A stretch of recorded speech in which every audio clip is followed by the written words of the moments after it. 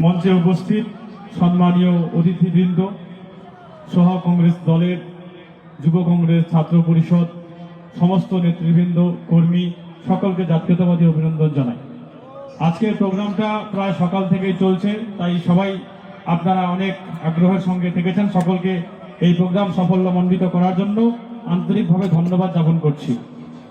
আজকে আমরা যে ব্যক্তির জন্য প্রোগ্রাম রেখেছি ইতিমধ্যে আপনারা সবাই ওনার সম্পর্কে শুনলেন, তারপরেও আমি দু এক কথা বলতে চাই।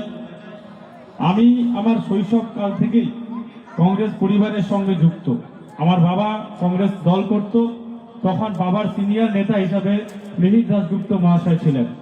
আমি আমার স্কুল জীবন যখন ক্লাস 1-2 পড়তাম তখনও আমি হেমতাবাদ ব্লক কংগ্রেস কার্যালয়ে বাবার সাথে বিভিন্ন যে কর্মসূচি সেগুলোতে আমি আসতাম। আমি তখনই ওনাকে দেখে ওনার কাছ থেকে অনেক কিছু শিখেছি। তারপরে আমারও সৌভাগ্য হয়েছে ওনার সাথে আমি রাজনীতিতে একসাথে দলের হয়ে প্রচার করেছি। আমরা অনেক জায়গাতেও আমরা গেছি এবং ওনার শেষ জীবনে শেষ সময়ে উনি জেলা পরিষদ ভোটে যে প্রতিদ্বন্দ্বিতা করেছিল সেই সময় ওনার সাথে আমি প্রত্যেক দিন প্রত্যেক সময় থাকতে পেরে অনেক গর্ববোধ করছি।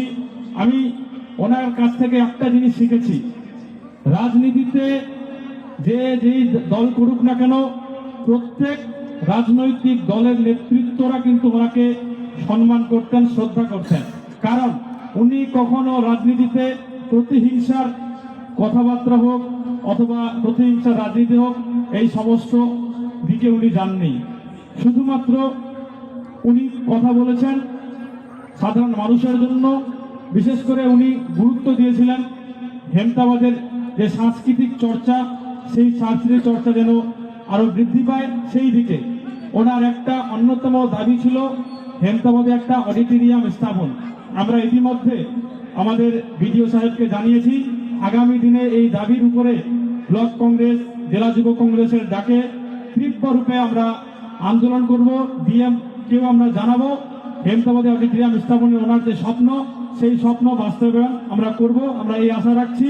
এবং আমাদের যে এই উদ্যোগ আজকে ওনার স্মৃতি স্মরণে ওনার আজকে দ্বিতীয় মৃত্যু বার্ষিকী উপলক্ষে আমরা যে ভলিবল টুর্নামেন্ট অর্গানাইজ করেছি, ব্লক সভাপতি যেমনটা বললেন আগামী দিনে আমাদের এই কর্মসূচি চলতে থাকবে।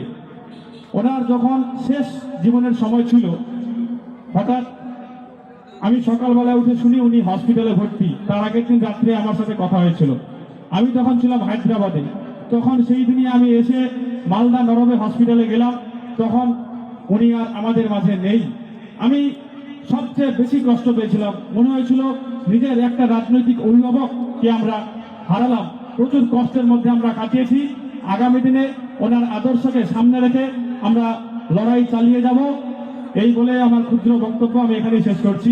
জয় হিন্দ, বন্দে মাতরম।